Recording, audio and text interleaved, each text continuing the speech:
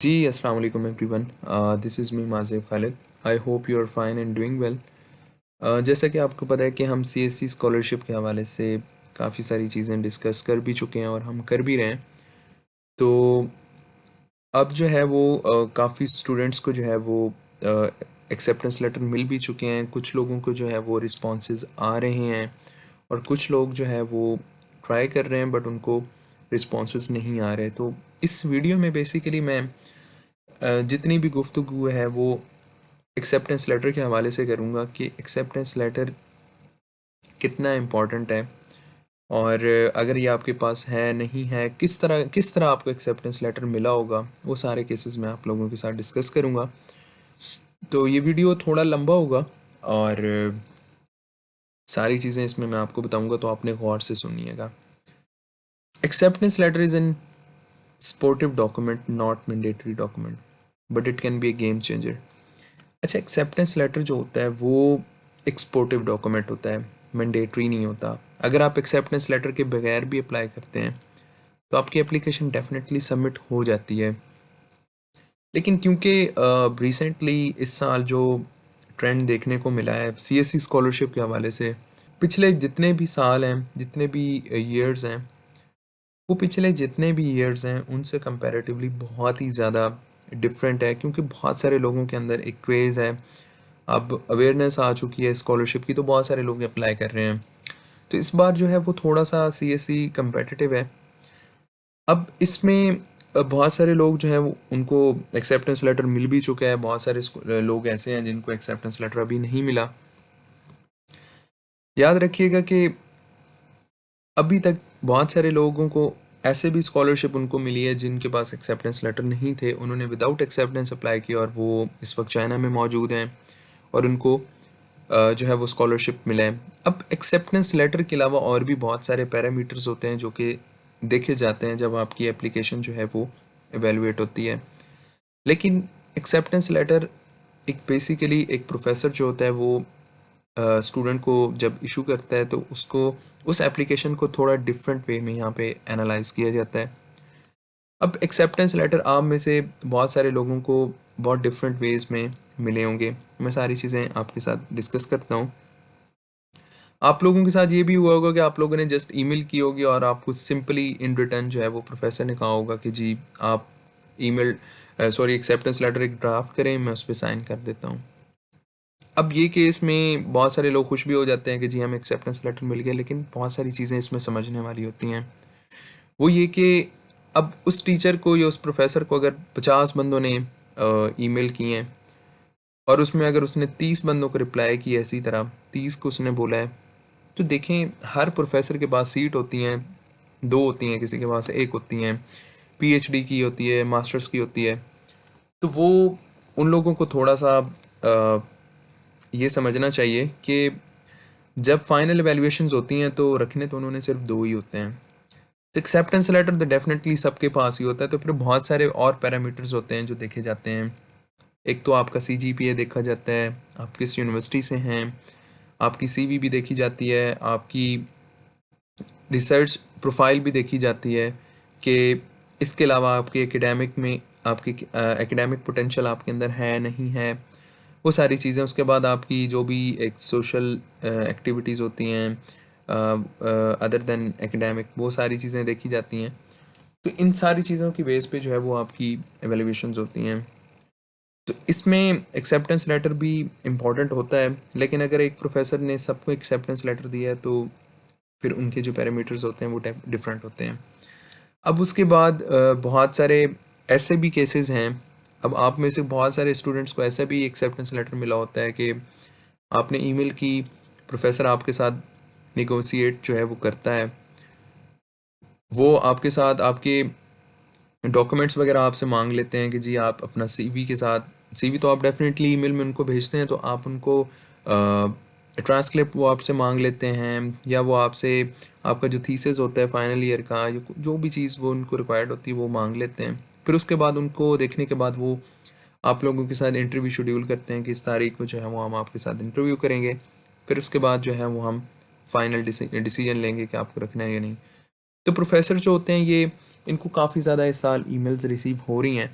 तो ये जो प्रोफेसर्स होते हैं वो कभी कभार 5, 10, 15 इतने स्टूडेंट्स फाइनल करते हैं। जो मैंने यहाँ पे अपना एक्सपीरियंस किया है और मैंने देखा है, तो वो इस तरह होता है कि 10-15 बंदों को जो है वो फाइनल लिस्ट डाउन किया जाता है, और उसके बाद उनके जो है वो इंटरव्यूज़ होते हैं, और इंटरव्यूज़ में चीज़ें पूछी जाती हैं, वो सारी चीज़ें। और इंटरव्यूज़ जो होते हैं वो कुछ प्रोफेसर्स जो होते हैं वो क्या करते हैं, वो ईमेल्स में ही बता देते हैं कि आप प्रेजेंटेशन जो है आप मुझे दीजिएगा, एक प्रोफाइल आपने अपनी शेयर करनी है हमारे साथ, और उसके बाद आपने एक पीपीटी जो है वो प्रेजेंट कर देना है। और कुछ प्रोफेसर्स जो होते हैं वो जितने भी बेसिक क्वेश्चंस होते हैं वो सारी चीज़ें देखते हैं, एनालाइज करते हैं आपको। तो ये सारी चीज़ें जो होती हैं जब एक प्रोफेसर करता है, फिर उसके बाद जो एक डिसीजन लेता है, और उसके बाद जब आपको एक्सेप्टेंस मिलता है, तो वो उसके उसकी ज़्यादा इंपॉर्टेंस होती है। और उसको उसमें ये होता है कि प्रोफेसर जो आपके साथ डेडिकेटेड होते हैं और जो आपको कंफर्म कर देते हैं, वो आपको अपने साथ अपना वीचैट जो है वो आपको शेयर करते हैं। वो आपको अपना जो है वो वीचैट भी शेयर करते हैं, वो आप लोगों के साथ जो है फास्ट कम्युनिकेशन के लिए आप लोगों के साथ रहते हैं। और फिर वो आपके साथ फ्यूचर प्लान्स जो भी होते हैं रिसर्च के, वो भी आप लोगों के साथ डिस्कस करते हैं। मेरा जो अपना पर्सनल एक्सपीरियंस रहा है वो बिल्कुल इसी तरह ही रहा है कि प्रोफेसर ने मुझे फाइनल किया, और उसके बाद उन्होंने मुझे जो है वो सारी चीज़ें मेरे साथ साथ मीटिंग्स करते थे हर वीकेंड पे। मतलब कि तकरीबन चाइना आने से पहले तकरीबन मेरी कोई 10-15 दफ़ा मीटिंग्स हुई थी इनके साथ। तो ये जो प्रोफेसर्स होते हैं ये बिल्कुल कंफर्म जो है वो श्योरिटी देते हैं कि आप अप्लाई करें। अब सम टाइम ऐसा होता है कि आप लोगों के पास जो है वो एक्सेप्टेंस लेटर बहुत सारे हो जाते हैं, तो आपने एक्सेप्टेंस लेटर कौन सा यूज़ करना है, ये भी एक इशू बन जाता है। तो जो प्रोफेसर आपके साथ डेडिकेशन शो करे, आपने डेफिनेटली उनको ही जो है वो अप्लाई करना है, उस यूनिवर्सिटी में आपने अप्लाई करना है। अब पीएचडी का जो केस होता है उसको देख लेते हैं। पीएचडी के केस में ये होता है कि पीएचडी में आपको ज़रूरी होता है, आपके पास अगर एक्सेप्टेंस है तो वो बहुत ज़रूरी है। और प्रोफेसर जो पीएचडी लेवल पे जिस स्टूडेंट को एक्सेप्टेंस देता है, वो डेफिनेटली उनके साथ कमिटमेंट करते हैं, और उनको कंफर्म ही करते हैं, क्योंकि पीएचडी का जो है वो थोड़ा सा डिफरेंट सीन होता है। उसमें स्टूडेंट को जो है वो at the time of acceptance जो है वो कंफर्म किया जाता है, और प्रोफेसर काफ़ी सारी जो है वो स्टूडेंट्स के साथ नेगोशिएशंस भी करते हैं ईमेल पे, वीचैट पे, और काफ़ी सारी चीज़ें जो हैं वो देखी जाती हैं। तो इस तरह पीएचडी का जो है वो केस मास्टर से थोड़ा डिफरेंट होता है। उसमें अगर आपका एक्सेप्टेंस मिल गया है, तो इट मीन्स कि आपके चांसेस ज़्यादा हैं, काफ़ी ज़्यादा हैं। बाकी जब आपको अगर एक्सेप्टेंस मिले, तो आप प्रोफेसर से लाजमी ये पूछें कि आपने और स्टूडेंट्स को भी एक्सेप्टेंस दिया है, नहीं दिया, ताकि आपको श्योरिटी हो जाए कि अगर मैं इस यूनिवर्सिटी में अप्लाई कर रहा हूँ, तो इस प्रोफेसर के ग्रुप में सिर्फ मैं ही हूँ इस साल, कि इन्होंने सिर्फ मुझे ही दिया है।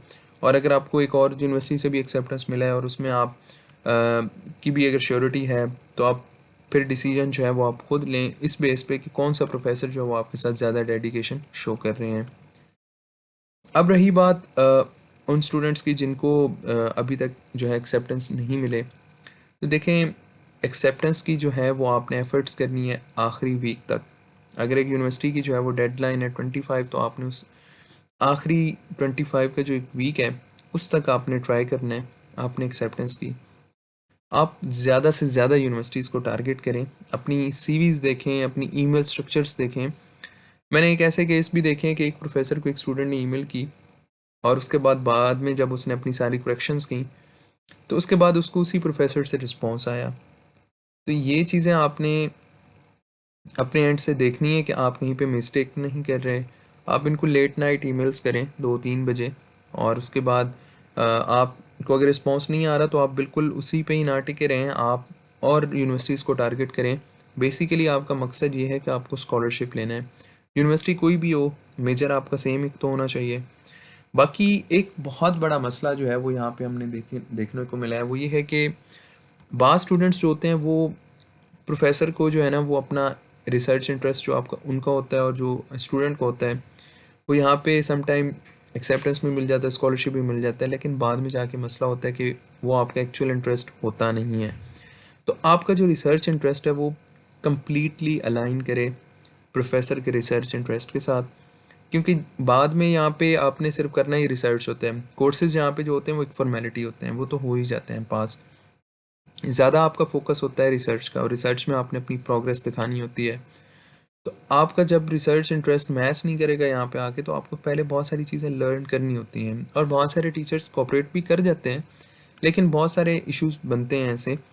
तो बेहतर ये है कि आप जब आएँ तो आप अपनी सारी चीज़ें, जो भी आपकी डायरेक्शंस हों, वो बिल्कुल क्लियर हों, और आप आते साथ ही यहाँ पे अपना काम स्टार्ट कर दें। उसके बाद आपने बिल्कुल हिम्मत नहीं छोड़नी, आपने उम्मीद नहीं छोड़नी, आपने एफ़र्ट्स करनी है, स्ट्रगल करनी है टिल एंड। आपको एक्सेप्टेंस मिलेगा, ज़रूर मिल जाएगा। अगर एक्सेप्टेंस इन केस नहीं भी मिलता, तो आप जो है वो एक्सेप्टेंस के बगैर अप्लाई करें। आप और स्कॉलरशिप्स पे अप्लाई करें, इनकी जो बाकी स्कॉलरशिप्स हैं उनको टारगेट करें। ज़रूरी नहीं है कि आपने सिर्फ सीएसई पे अप्लाई करना है, आप प्रोविंशियल लेवल की जो है उस पे करें आप, और यूनिवर्सिटी प्रेसिडेंशियल जितनी भी हैं उन पे अप्लाई करें। तो इन सारी चीज़ों को आपको समझना बहुत ज़रूरी है कि प्रोफेसर आपको एक्सेप्टेंस दे रहा है, किस तरह का दे रहा है, किस तरह दे रहा है। आपके साथ इंटरव्यूज़ कंडक्ट किए हैं, आपको ऐसे ही बस आप ईमेल कर रहे हैं और आपको वो दे रहा है। और ये सारी चीज़ें जो हैं वो फिर बाद में बंदा उम्मीद लगा के बैठा होता है कि जी मुझे तो एक्सेप्टेंस लेटर मिल गया है और अब मेरा स्कॉलरशिप जो है वो कंफर्म है। तो ऐसा नहीं होता। बहुत सारी चीज़ें जो होती हैं वो बाद में जो है वो प्रोफेसर, जब इवैल्यूएशंस होती हैं, जब आपकी लिस्टें बनती हैं, उसमें जो है ये सारे प्रॉब्लम्स फिर जो है आ जाते हैं, और इन दी एंड आप जो है वो उम्मीद लगा के बैठे होते हैं और ऐसा होता नहीं है। बाकी जो अच्छे प्रोफेसर्स होते हैं, जो डेडिकेटेड होते हैं फ्रॉम द वेरी स्टार्ट, वो आपके साथ जब वी चैट पे रखते हैं, जो भी इनका कम्युनिकेशन होती है, उसमें फिर वो आपको साथ साथ ऑन बोर्ड रखते हैं, बताते हैं कि आपका जो है वो स्टेटस यहाँ तक पहुँच चुका है, ये होगा, ये होगा। वो सारे मामलात जो हैं वो प्रोफेसर आपके साथ शेयर करते रहते हैं। तो अपने प्रोफेसर्स के साथ कांटेक्ट अभी से बना के रखें, उनको ऐड करें वी चैट पे अपने, और उनके साथ चीज़ें नेगोशिएट करें, उनके साथ रिसर्च की बातें करें। तो इस तरह एक आपकी जो है वो एक स्ट्रॉन्ग कम्युनिकेशन होगी, एक अच्छा रिलेशनशिप बन जाएगा अभी से, और वो आपको टिल एंड आपकी एप्लीकेशंस में जो है वो आपको सपोर्ट करेंगे।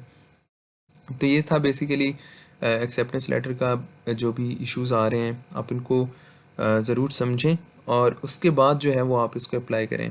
और जो लोग जिनको एक्सेप्टेंस मिल गए हैं, वो बिल्कुल ये ना समझें कि हमें स्कॉलरशिप मिल गया है, बट ये है कि आप एक बेटर पोजीशन में हैं और आपके जो है वो चांसेस ज़्यादा हैं।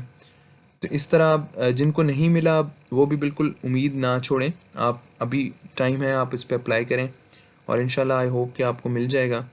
और आप अगर नहीं भी मिलता तो वैसे अप्लाई कर दें और स्कॉलरशिप्स पे अप्लाई कर दें। Thank you very much for watching this video. कोई भी क्यूरी हो, कोई भी कमेंट हो, तो डेफिनेटली आप इस वीडियो की कमेंट सेक्शन में कर सकते हैं। I will reply. Thank you very much. Take care. अल्लाह हाफिज़।